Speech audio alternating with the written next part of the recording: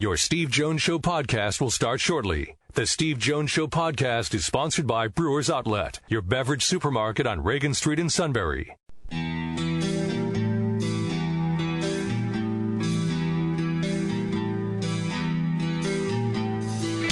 Sports talk where your voice counts. This is the Steve Jones Show on News Radio 1070 WKOK. Now from the Sunbury Motors Studio, here's Steve Jones.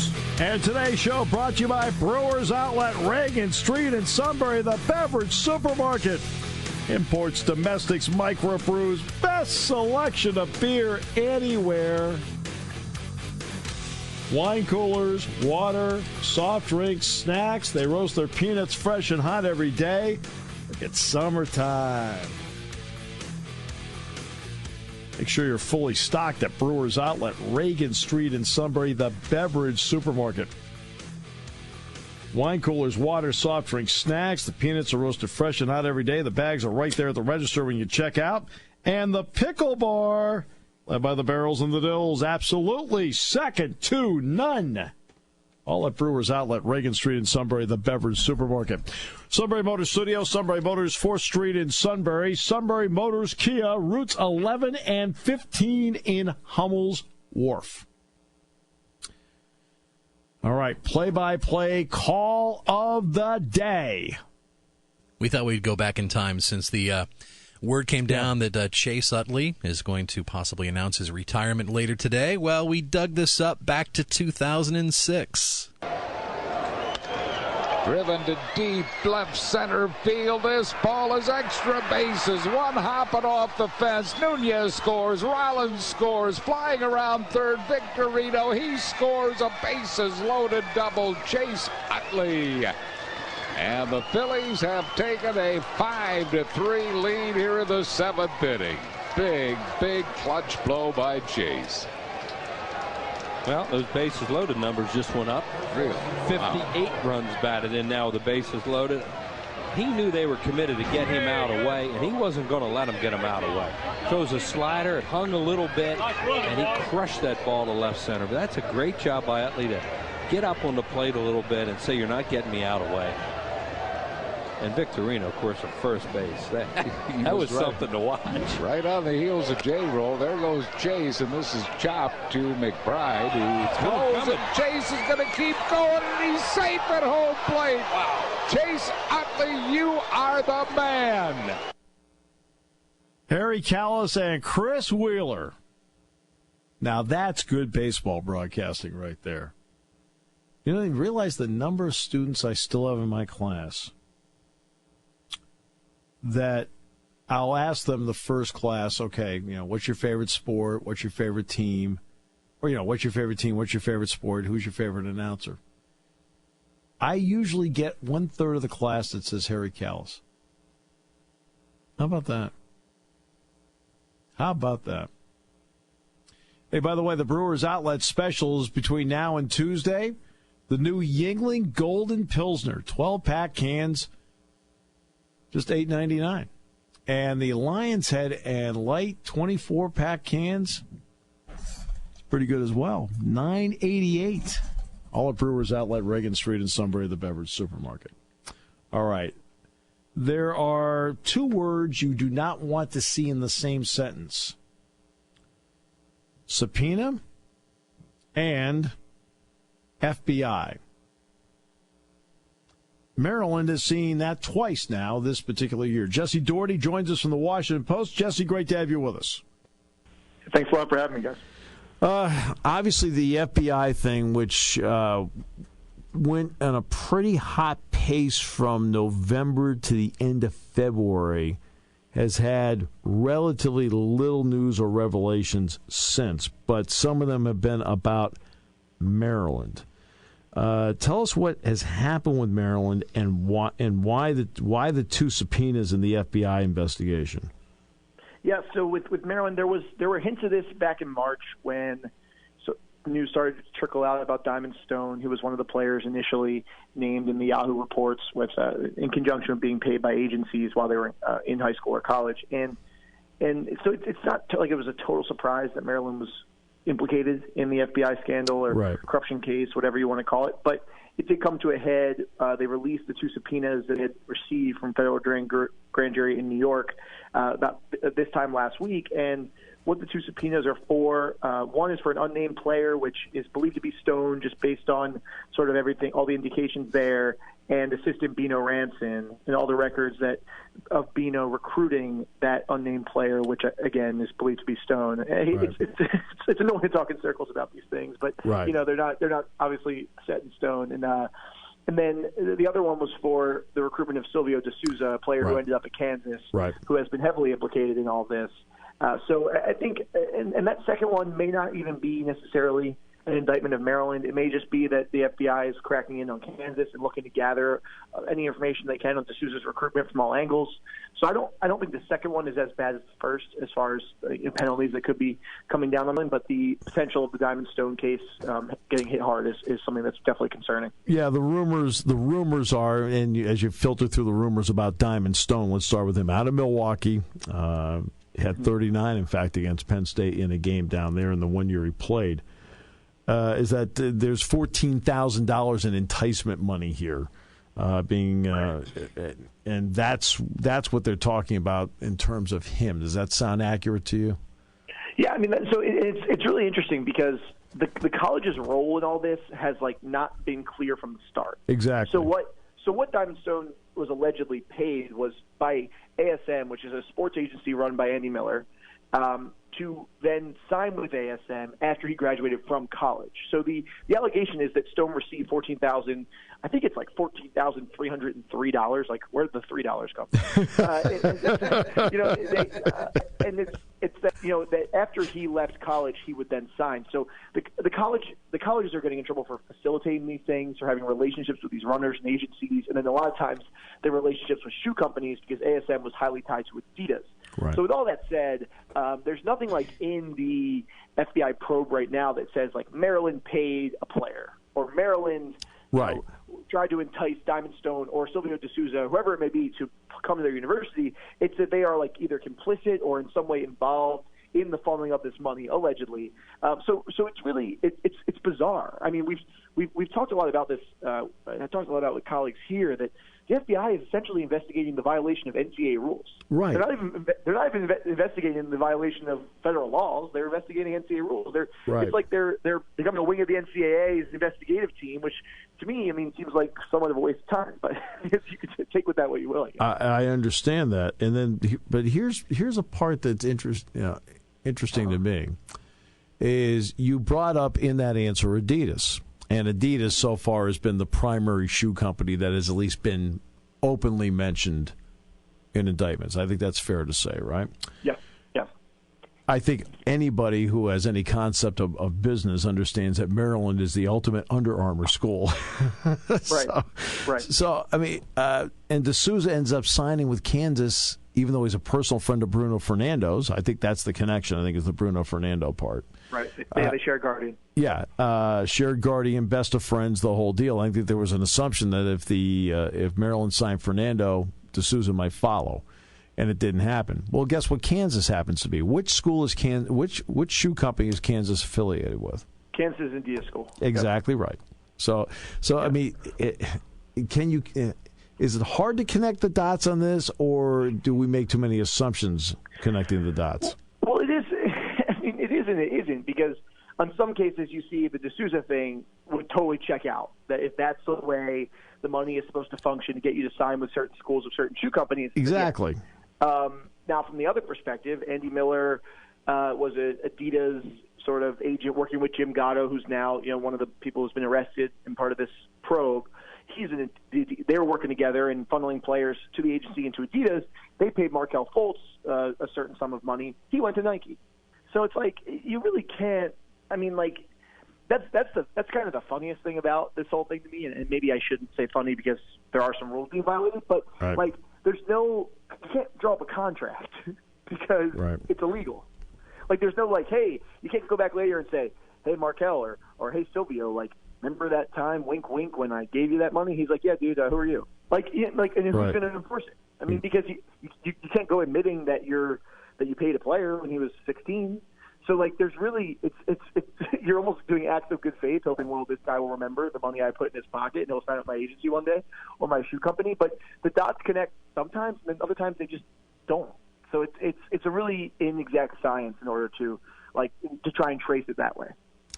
And the Guardian, by the way, says they didn't take any money at all. So, I mean, the Guardian has told the Kansas City Star that straight out, didn't take any. But Maryland's now the 9th school to be subpoenaed in this. And again, being subpoenaed is not guilt, or it just means you've been subpoenaed. But it's so far the obvious ones: Arizona, Auburn, Louisville, Miami, Oklahoma State, USC.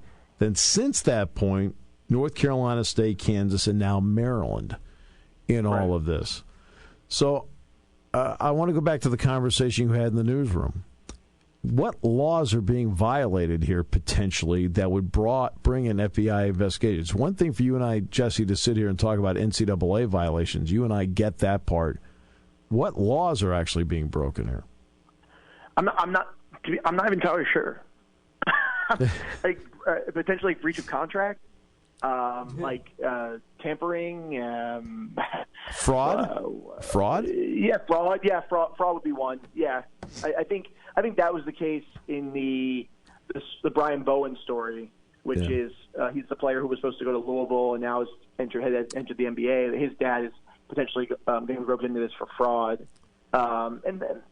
Maybe the assistant coaches, the 4 assistant coaches, might be involved in a fraud case. Right. Yeah. They could be. Yeah, but they're not.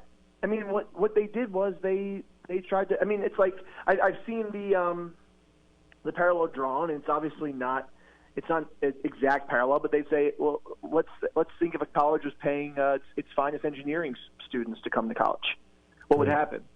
Obviously, there's so much less implication there, and there's not competition on the line in jobs, so it wouldn't happen. But is it illegal to pay a 16-year-old to come to your school? Now, yes, it is. By NCAA rules, it is. But is it a federal law that you can't do that? Is it a federal law that an agency can't soften booster the package up in high school when a player's already down the line going to decide 5 years from now about the agency? Is that against the law? I don't know. It's we're going to find out, I guess, when these trials unfold. But it's been extremely cryptic into what exactly is being investigated versus what is just a sort of violation of NCAA rules.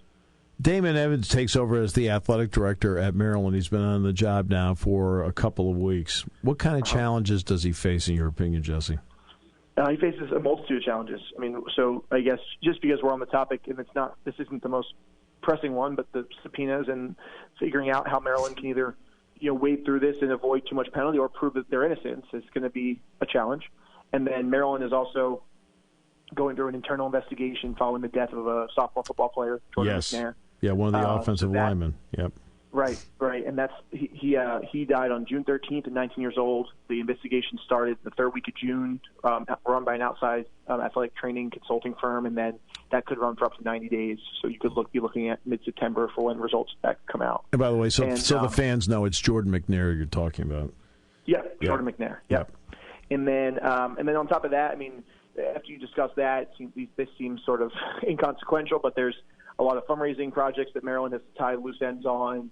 And then there's the very basic fact of on-field performance has not been great. I mean, your football team is 10-15 across the last 2 years, and your basketball team didn't make the postseason last year and underachieving. And one could argue that it's the most critical year of Mark Turgeon's basketball career. And now you're a new AD who has to come in and sort of potentially make some tough decisions and make some ultimatums on potentially performance goals for some of your coaches. That is a tough thing to do when you're sort of the new sheriff in town. But he faces, a lot of large-scale issues as he takes over. All right, Jesse, what is this? I want to say it's year 5 for Maryland in the Big Ten. Does that sound right? Yeah. Damon came on right as they were transitioning, and that was 2014. Yeah. So it's the 5th season coming up. Obviously, the ACC, especially in basketball, runs very, very deep still in the thoughts and minds of Maryland people. So where is the Big Ten in the Maryland mindset of the fan? Yeah, I think there's a certain amount of spite for it. I'm fairly new on the beat, but just from what I've heard is that it's not the ACC. You don't have those rivalries. There's no, but it's not going to happen in 5 years either, because you're not going to develop those Dukes and the UNC or whatever it is. Those games that really got everyone jazzed up. I mean, Michigan coming to College Park isn't the same. And the problem is that they just a lot of these schools don't match up well in from sport to sport. Either Maryland's way behind in football or they're way ahead in basketball. A lot of these schools, right? So there really isn't a lot of well matched. And actually that hasn't been the case the last year or so with basketball. But typically they are more closer to a blue blood in basketball and really far from it in football. So if you can't compete at all with Michigan, Michigan's a good one that they can compete with in basketball, but in the football rivalry, it's non-existent. Penn State's same thing. I mean, basketball's usually a pretty good game. Football, I mean, it's not in the same stratosphere. So I don't think they have a school right now that they really can match up with in the two major sports that people can say every time you point to them on the calendar for both sports, that's going to be a big game. And that's a problem. I mean, you need to develop those rivalries across sports, and something people can really get up for. And I think Maryland has not had success in the Big Ten, so their fan base is just already going to be spiteful of it for that reason. And also, there just isn't the marquee matchups year to year that get them excited to come to College Park and or turn on the TV, and it doesn't have the same vibe and buzz. Jesse, you mentioned it is a pivotal year for Mark Turgeon. I think I think I'm paraphrasing your statement accurately. What about DJ Durkin? Now, last year they had that great win to open the season at Texas. Yeah. And then they got to the point where you and I were considered options at quarterback late. So I mean, you can't help that part. But where is the thought process on DJ in what is now, I think, his fourth season coming up? Yeah. So it's DJ. I think he's got. It's his third season coming up now. Third season. Okay. He's 10-15. 25. Yeah, third season. So he's getting his guys in. And I mean, that's such a cliche, but I think anytime a coach is just starting out, you have to assume that, you have to give them at least a leeway to get their team in line, right, and their recruits. And he's doing a really good job there. They've recruited the area fairly well. I mean, the DMV is extremely talented, and guys are still getting out, but you're not going to get everyone. And I think that the recruiting has been a really good foreshadow for, or at least it's bought him some time, because fans see that they're climbing up the rankings. They're getting some 4-star guys. They're getting guys that maybe they weren't available to them in past years. And Durkin's staff has really made a dent there. And that all that can do is buy you time, because obviously you're going to have to produce. You're not going to hang your hat on recruiting stars when it's all said and done. But I don't think the 2 years set him forward or back at all. I think it just sort of they happened. He had guys left over from the old regime, and now he sort of is setting up himself to have the program he wants to. And I don't think there's necessarily a crazy amount of buzz right now around DJ Durkin's program, but I also don't think there's a crazy amount of doubt either from the fan base. I think it's fairly neutral, and he has an opportunity now, and this is a big season for him too, to sort of paint the kind of picture he wants to in College Park. Yeah, and it is his third season, because Randy Edsall was there for Penn State's first game with them, and then Mike Loxley was the interim when Penn State played them down in Baltimore. So, yeah, it's his third season coming up. To shoe companies for a moment, because obviously Under Armour is a very important part of what happens at Maryland. Is that a fair statement? I mean, that they have a lot of influence on what happens? Yeah. Yeah, for sure. I mean, I think so, especially with Kevin Plank being a major donor as well. Yeah. Yet, if you look at Nike stock, it's really high. Adidas stock is really high. But even in a stock split, Under Armour went nowhere last year.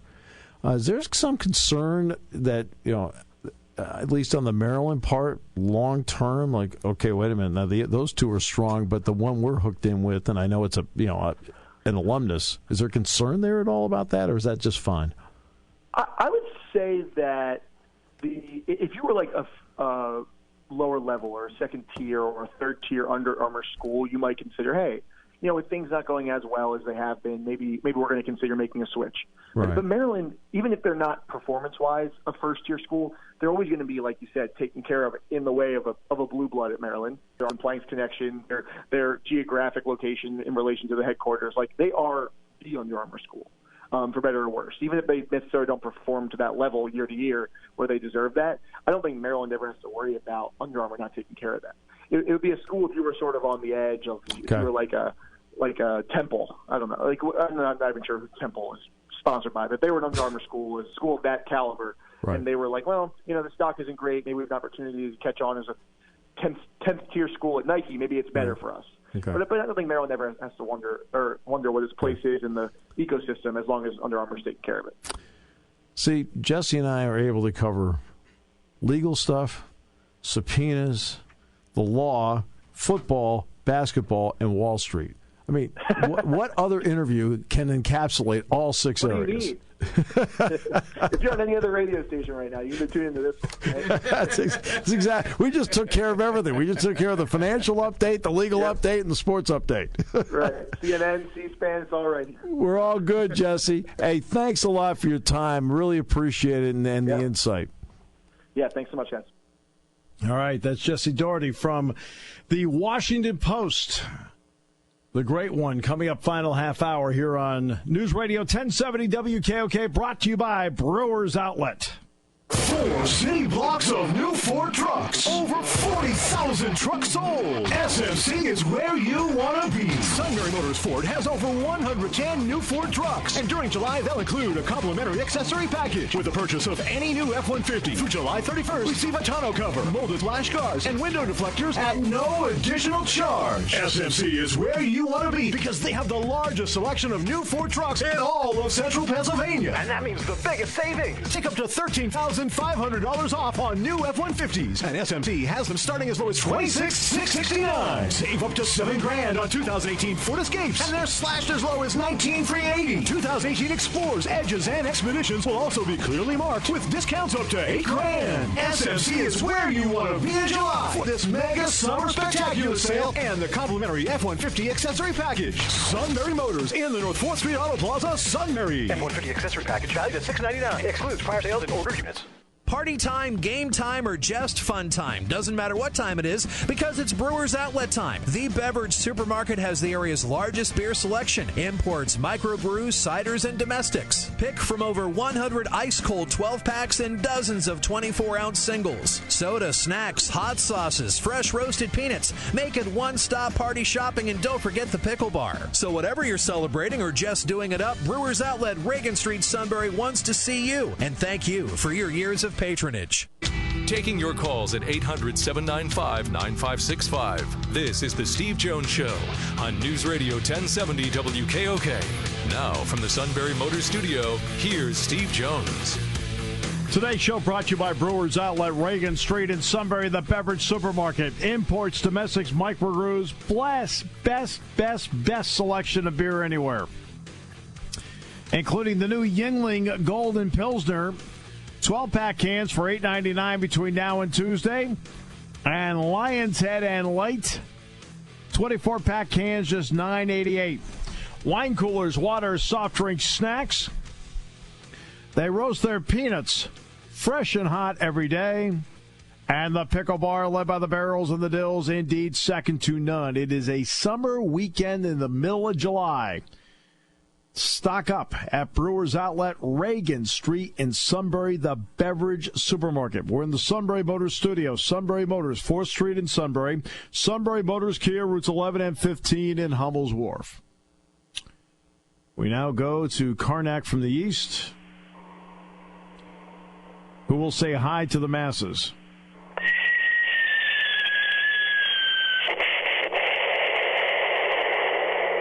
What up?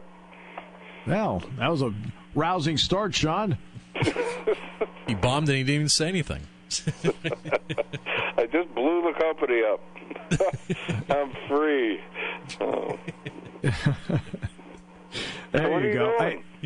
Hey, by the way, Tony Carr, who's been with the New Orleans Pelicans and their NBA Summer League team, looks like he's on the verge of going to the Italian League, the top Italian league, to play for Larry Brown with Fiat Torino. Now, that means that New Orleans will retain his rights, but they will not have to include his contract on their payroll for the salary cap, and then gives them the option to sign up at the end of the Italian season. So just giving everybody up to date on that. So it's almost like a farm club, but it's a club that's not really but it's a club not affiliated with New Orleans. this happens all the time with various players. Mike Muscala played overseas and then ended up with the Atlanta Hawks. So it's really the same concept. Get a little more seasoning, get over there. He's going to be well coached. Larry Brown can flat out coach.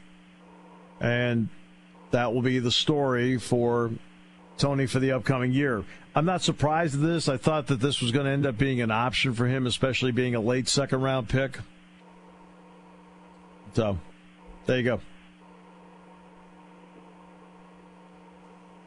There's the news of the Penn State news of the day. Oh, by the way, they're also handing out schedule posters tonight at the Arts Festival here. And every time they hand out schedule posters, they get thoroughly and completely mobbed. I mean, the popularity of this program is just incredible. What's it about? The football schedule poster? Mm-hmm. All they're doing is going downtown as a team and handing out football schedule posters. Oh, the team does it? Yeah, the players do it. Oh, I see. That's pretty cool. Oh, yeah, the players go down and they hand them out. And obviously they get mobbed along the way. Hey, what's his name doing? Is he still with the Patriots, the quarterback? Talking about Hackenberg? Yeah. I don't know where Christian is right now. Last I checked, he was still a free agent. I knew New England had some interest in him. Well, he was with them he was in their, the voluntary workouts. He was at that. Yeah, and he was with the Raiders for a period of time, and then they cut him. I think for Christian, there's two options here. Number one, get into a camp and do everything you can to end up being the third quarterback that on game day gets to dress, but you're not active unless the other two quarterbacks get hurt. And then I think this new Alliance of American Football that will start in the spring, and we had Phil Savage on from the Arizona team, the general manager, on the show earlier in the week. I think that is his best option to show everyone that he can play at the next level, because this Alliance of American Football is going to be that transition between a college and an NFL deal. And you're talking about great coaches. I mean, say, for example, Hackenberg were to, say, end up with Arizona. Rick Neuheisel would be his coach. Steve Spurrier is coaching the Orlando team. So I think that to me is an option that has got to be a realistic one for him. How about Canadian League? Canadian League's a little different, Kev, because in the Canadian League, because of the wider field, yeah, I think you need mobility to play up there. It's not as if a pocket quarterback can't play there, because Vince Ferragamo played there. Warren Moon was really the definition of a pocket quarterback. But if you watch the CFL today, and every once in a while I catch a CFL game on TV, if you can move a little bit, that really helps. Johnny Manziel's up there. He's a backup quarterback right now. He's not starting? Johnny Manziel's not starting. Wow. So yeah, he's going to go off the wall again. Well, I think he went up there. I think he went up there with the idea that he'd compete for it, that he might not start. I mean, he's got a good coach up there in June Jones with the Hamilton Tiger Cats, and I think it's pathetic. I know he's the coach. But I think that's where they are. Wow. He's a disappointment. He played absolutely the best football game I have ever seen a quarterback play when they beat Alabama. Yes. I was just stunned at how good. I'll never forget. He faked it. He ran across the line, didn't cross the line of scrimmage, and then realized, there's nothing there, and he hopped back over a lineman who fell down, hopped back over him, rolled to his right, rolled to his left, and threw a friggin' strike 45 yards down the field for a touchdown. He was amazing, and he's never translated that into a pro career. Well, he hasn't translated into a pro career because, I mean, he's had off-the-field problems. He can't get himself straight there. I get that, but that's why I say he's such a disappointment. He's got all the talent in the world, this natural ability that he makes a coach look great. Well, his problem right now is Jeremiah Masoli, the quarterback out of Ole Miss. I mean, Masoli's hitting 66% of his passes. I mean, he's the quarterback. And he's not a bad runner himself.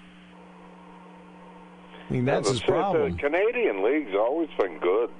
Doug Flutie flourished up there. So did Joe Theismann. Yeah. Joe Theismann played 3 years in the Canadian Football League with Toronto. Theismann swears by the Canadian League. It's a good football league, really good football. Warren Moon was up there for a long time.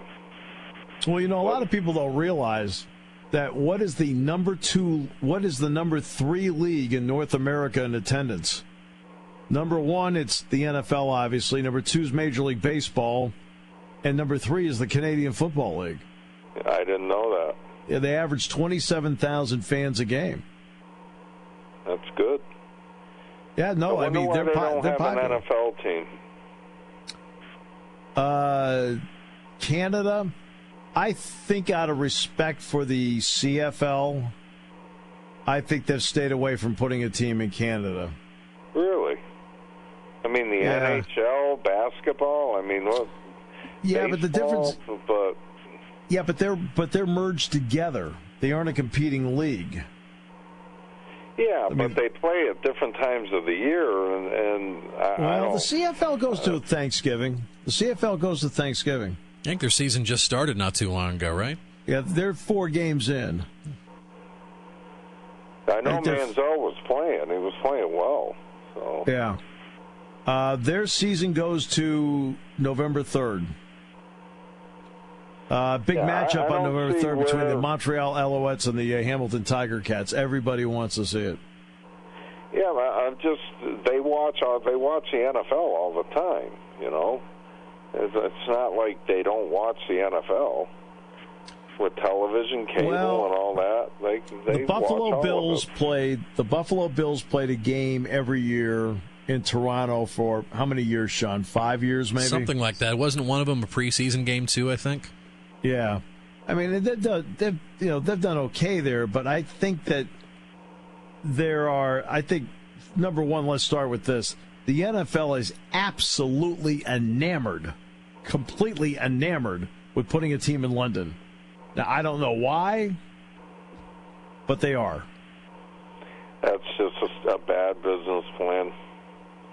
I don't know. It's not fair to the players. I would have thought if there's one team that would jump would be Jacksonville, just because of their owner is also the owner of Fulham in the Premier League for English football. But if Jacksonville keeps on winning... Right. Well, I mean, John Henry owns the Red Sox and Liverpool. The Red Sox aren't going to England. Yeah. So, and you got Tottenham Hotspur. They're building that new stadium in London, and there's going to be NFL games there like once a year for the next 5 or 6 years once that building gets finished. Wow. The first game in Tottenham is this year. I was talking to Scott Radisick. He did not have anything to do with the project, but he works for the same company. The Tottenham deal is so cool. To accommodate the NFL and to accommodate soccer, the soccer pitch is all grass, right?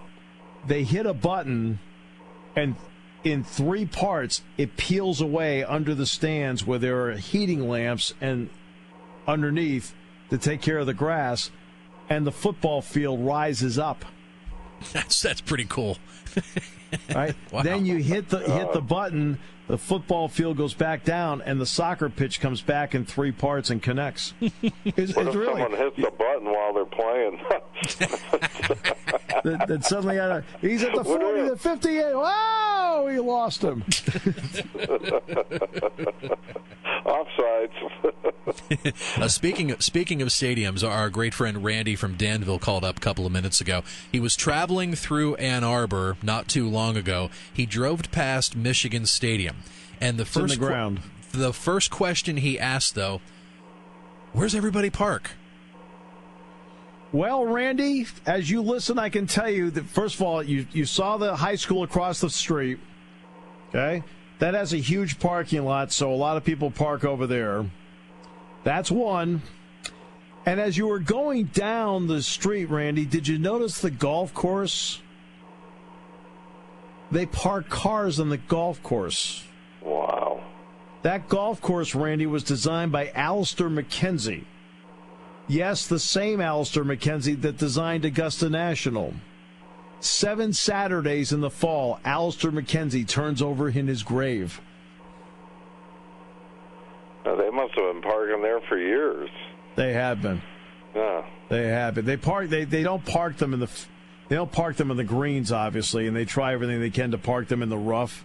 But they park cars on the golf course there, and then there's Pioneer High School, which is across the street and has a huge parking lot, and they utilize that as well. So that's part of the parking that they have in Ann Arbor. But you're right, Randy, there's not a lot of great parking there. There's not a lot of great parking in almost every stadium out there. That's why I always laugh a little bit when somebody complains to me about parking at Beaver Stadium. Yeah, you may be far away at times, but you're all in the proximity to the stadium. You're not parking in garages. You're not being bussed in. You're not parking in some area or looking around saying, okay, do we need breadcrumbs to get back? Boy, me and Claire were driving around the morning we were there. It was 7:30 in the morning. They were lined up at the parking places. It's unbelievable. 3:30 game. It was pretty cool. Hey, it's an all-day you're party. Talking about Mom and Dad taking disco. Yeah, I did. That was so cool. Disco demolition night between the White Sox and the Indians. It was. Yeah. Is that who it was? All right. But I mentioned that Mom and Dad took disco lessons. Disco Ron, Disco Bar. Mom was good. Dad couldn't dance. But he tried hard. That's when they had leisure suits. Remember Dad's leisure suit? Yeah, I know, Dad. I know. Now, here we go. Now, this is my music. Now, Dad tried. Mom was actually very good. Yeah, Mom had rhythm. Yeah, no, she was really good. Well, it was hard. I mean, Mom was 5 foot nothing, and Dad was 6'1", 300 pounds. You know, not exactly John Travolta out there, but he thought he was. That's what made it fun. Oh man, I'm going. Well, remember they practiced this in the house. Oh yeah, downstairs. He built it downstairs, so yeah. All his friends they took disco with all those Lions Club members, and there would be like 10 couples down in the basement. I used to make their tapes for them. Saturday Night Fever, you know. Dad started doing the arm thing. It was cool. Well, I can tell you right now, in terms of dancing, I inherited my rhythm from Dad. So, Mom was actually good. She was really good. Yeah, Mom could dance. Yeah, she could. She loved to dance. Oh my goodness. Yeah. Oh. Yeah. Well, so is your wife. Your wife loves to dance. Claire's a great dancer. My wife can dance. I like to watch her dance. Sometimes I'll make like at a wedding, I'll make a move at a dance floor, and people go, "Wow!" They'll say, "Wow!" And it's only because you danced at the wedding. You were really good. Only because I tripped. That was it. Okay. It came out funky. No, you were good. You danced with Claire. I did dance with Claire. Yes. Yeah. We had a good time. It was a great time. Another one. We got another one next year. That's unbelievable. Christopher's getting married next year. So, wow. Do you like how about girl? that? Oh, a lot. She's terrific. Absolutely. Good. Oh, no. She's terrific. I like her a lot. How's Megan doing out in Guam? Megan is coming home in 2 weeks. Wow. And Megan's husband has been transferred to Andrews Air Force Base, home of Air Force One. And she has a full-time teaching job across the river in Woodbridge, Virginia. She starts in August. Excellent. Yes. So life is good. Yes, it is. Very good. Yeah. Good. Got you, got Sean. I'm feeling great. Got Brewers Outlet. Got Sunbury Motors. I got no Life's pickles. good. I understand that. See, here's the dilemma. I was concerned with vacation next week and your little trek up to the Northeast. If I had to make a little detour to Brewers Outlet and then swing by your place tomorrow with a certain delivery.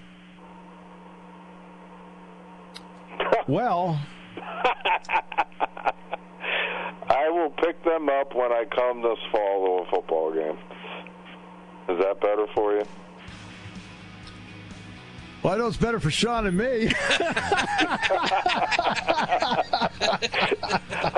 want to go to Brewers Outlet. Buys us more time. Oh, it buys us a lot more time. And not only that, Corey's really great. Corey's great about setting up a variety of pickles, too. Oh, you kidding me? More than just pickles. Oh, it's really good. They finally get that new Yuengling Golden Pilsner in. When that first came out, you could only get it in Schuylkill County, so it's finally crossed the border. Wow. Look, don't make Schuylkill County sound like it was a trip over the Rio Grande. Okay. Some of them piles of coal, they can be pretty high. So far we've compared Schuylkill County to a country in the South, and we talked about the Canadian Football League. Have an awesome vacation next week. You deserve it. I'm looking forward to it. You're listening to News Radio 1070 WKOK Sunbury. You can hear us anywhere in the world with the Sunbury Broadcasting Corporation app.